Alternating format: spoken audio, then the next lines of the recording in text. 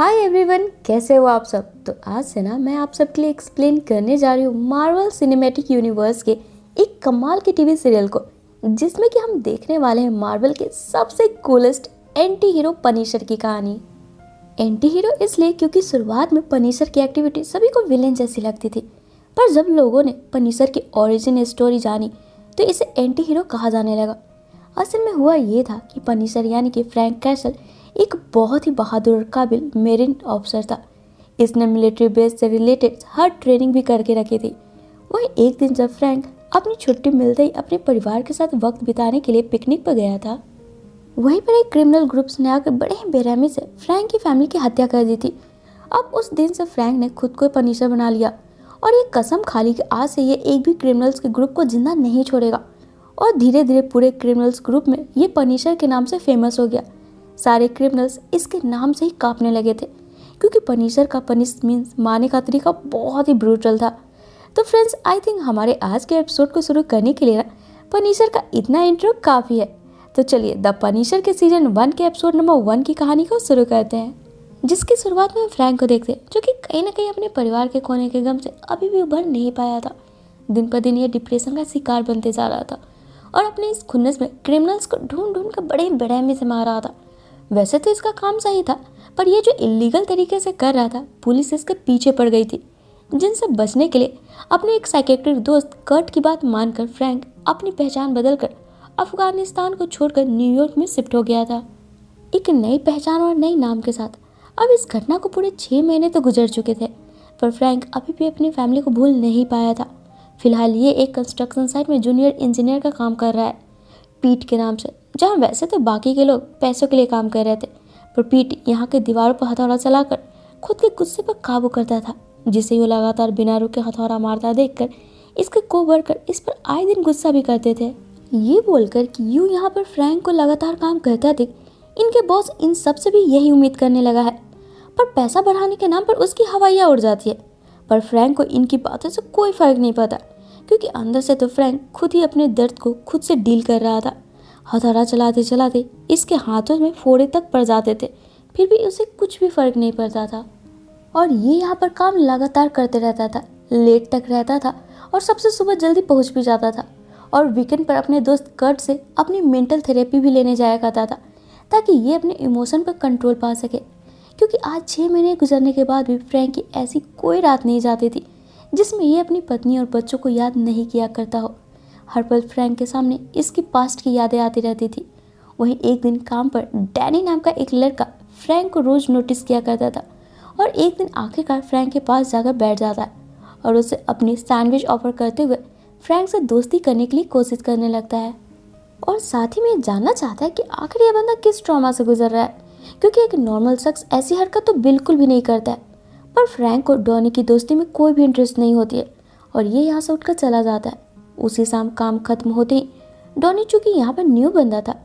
Frank के यहाँ पर फ्रेंडशिप ठुकराने के बाद ये दूसरे बंदे लेंस के ग्रुप को फ्रेंडशिप के लिए अप्रोच कर उन्हें क्लब में लेकर जाता है और उन्हें अपने पैसे से ड्रिंक भी पिलाता है, जहाँ पर लेंस और उसका दोस्त पोली आपस में बातें कर रहे होते हैं कि पोली ने लास्ट मंथ एक शख्स से पैसे उधार लिए थे, जहाँ इसके सारे पैसे अब खर्च हो गए और वो लोग अब पैसे वापस मांग रहे हैं। अगर इसने पैसे वापस नहीं किए तो वो लोग इसकी जान ले लेंगे और इस बात से ये काफ़ी टेंशन में है। तो ही दूसरी तरफ अब यहाँ पर एंट्री होती है मंडानी की, जो कि एक सीक्रेट एजेंट थी, जो जब अफगानिस्तान में एक ड्रग डीलर के सीक्रेट गिरोह का जब पता लगाने ही वाली थी, अपने को पार्टनर वहीं के लोकल पुलिस डिपार्टमेंट से जुबैर अहमद के साथ, तभी अचानक से सीक्रेट तरीके से जुबैर की हत्या कर दी गई और मडानी को अचानक से अफगानिस्तान से यहाँ न्यूयॉर्क में बुला लिया गया है। जिस बात पर मडानी को काफ़ी गुस्सा आ रहा था और जब ये अपने बॉस कार्सल उल्फ से पूछती है कि आखिर अचानक से केस के इतने नज़दीक पहुंच जाने के बाद मडानी को यहाँ पर क्यों बुला लिया गया, जवाब में कार्सल बोलता है वो केस मडानी के लिए सेफ नहीं था, इसलिए इसे यहाँ पर बुला लिया गया है और ऊपर से ये स्ट्रिक्टली ऑर्डर है कि मडानी इस केस से दूर रहे। और इतना बोलकर कार्सल जब यहाँ पर मडानी के कैबिन से चला जाता है, हम मडानी को देखते हैं, जो कि इस केस से पीछे हटने के बजाय अपने न्यू को पार्टनर सैम के साथ पर्सनली अपनी तरीके से उस अफगानिस्तान वाले केस को सॉल्व करने का डिसीजन ले लेती है, जहां मडानी के इस फैसले से इसकी माँ भी खुश नहीं थी। इसके बावजूद भी मडानी की यह जिद थी कि ये इस केस को सॉल्व करके ही रहेगी, चाहे जो हो। वहीं पर अब यहाँ पर सीन शिफ्ट होती है फ्रैंक पर, जो कि कर्ट से मिलने जाता है, जहाँ इनकी बातों से हमें पता चलता है दरअसल 6 महीने पहले जब फ्रैंक ने अपने परिवार के मर्डर से जुड़े जब सभी गुनहगारों को मार दिया था, कर्ट ने अपने दोस्त की नई शुरुआत के लिए फ्रैंक के मरने की झूठी खबर फैला दी थी और पीट नाम से इसकी नई पहचान बनवा दी थी, ताकि फ्रैंक अपनी पुरानी लाइफ को भूलकर अपनी नई जिंदगी में आगे बढ़ सके। इस वजह से फ्रैंक फिलहाल उस कंस्ट्रक्शन साइट पर पीट के नाम से काम कर रहा था और कर्ट के कहने पर इसने 6 महीने में किसी को भी पनिश नहीं किया था, जिससे सभी क्रिमिनल्स को ऐसा लगने लगा था कि पनिशर सच में मर चुका है। वहीं अगली सुबह होते ही फ्रैंक जब सबसे पहले अपने कंस्ट्रक्शन साइट पर जाकर वहीं पर एक दीवार के पीछे में जब से बैठा हुआ था, लेंस और पॉली इसे नहीं देख पाते और दोनों आपस में बातें करने लगते कि उधार वाले पैसे चुकाने का इनके पास सिर्फ एक ही तरीका है, चोरी करने का। आज शाम को ही ये लोग पास वाले क्लब में जाकर वहां डाका डालेंगे। तभी लेंस की नजर यहाँ पर फ्रैंक पे पड़ती है, जो कि इनकी सारी बातों को बस चुपचाप सुन रहा था बिना कुछ रिस्पॉन्स किए। तब लेंस फ्रैंक को टीच करते हुए इसे डराने लगता है कि अगर फ्रैंक ने इनकी बातें किसी और को बताई तो ये लोग इसका बहुत ही बुरा हाल करेंगे। अब इन बातों को सुनकर फ्रैंक का यहाँ खून तो खौल जाता है, पर फिर भी ये शांत रहकर बस दूसरी ओर चला जाता है। जिसके बाद आज का टाइम ओवर होते ही लेंस और पोली जब चोरी करने के लिए जा रहे होते हैं, ये अपने साथ डॉनी को भी ले लेते हैं, ये बोलकर कि अगर ये अपने प्लान में सफल रहे तो इनके पास सिर्फ पैसा ही पैसा होगा और डॉनी को कोई भी कुछ नुकसान नहीं होगा। जिसे सुन अपने इस नए फ्रेंड सर्कल के लिए डॉनी भी इनकी बात मान लेता है बिना कुछ सोचे समझे। जहाँ पर ये लोग क्लब में जाकर गन पॉइंट पर पैसे तो लूट लेते हैं, इसी बीच डॉनी का आईडी टेबल पर गिर जाता है, जिसे देख यहाँ का एक शख्स इसे धमकी भी दे देता है कि ये डॉनी की पहचान पुलिस को बता देगा। जिसे सुनकर फिलहाल ये लोग तो पैसे लेकर यहाँ से निकल जाते हैं, पर इन्हें ये डर सताने लगता है कि कहीं डॉनी के जरिए पुलिस इन तक न पहुँच जाए, इसलिए ये लोग डॉनी को जान से मारने का प्लान बना लेते हैं। और उसी कंस्ट्रक्शन साइट पर जहाँ की लेंस का ग्रुप काम किया करते थे, वहीं पर ये लोग डॉनी को एक गड्ढे में डालकर सीमेंट से गड्ढे को भरने लगते हैं। वहीं इधर फ्रैंक, जिसे कि आज रात भी नींद नहीं आ रही थी, ये भी अपने गुस्से को कंट्रोल करने के लिए कंस्ट्रक्शन साइट पर पहुंचकर अपने हथौड़े से दीवार को तोड़ने लगता है। तभी इसकी नज़र लेंस के आदमियों की हरकत पर पड़ती है।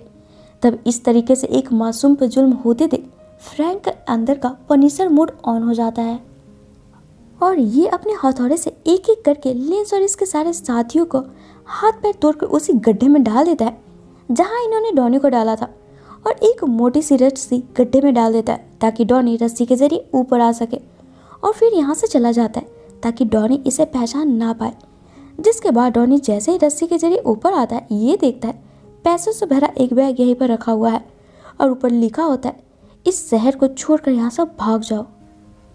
वहीं एपिसोड के आखिर में फ्रैंक यहाँ के बाद उसी क्लब में पहुँचता है जहाँ लेंस के आदमियों ने चोरी करी थी,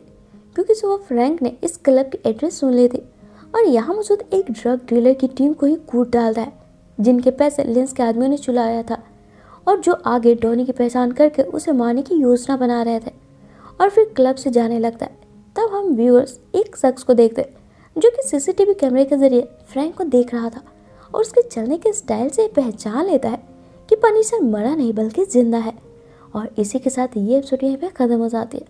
तो फ्रेंड्स, आखिर ये शख्स कौन है, ये जानने के लिए और नेक्स्ट एपिसोड देखने के लिए कमेंट बॉक्स में नेक्स्ट एपिसोड लिखना बिल्कुल न भूलें, ताकि मुझे मालूम पड़ सके कि आपको ये सीरीज़ पसंद आ रही है और आप आगे इसे देखना चाहते हैं। और साथ ही अगर आपको मेरा आज का वीडियो पसंद आया हो तो इसे लाइक और शेयर करना बिल्कुल न भूलें।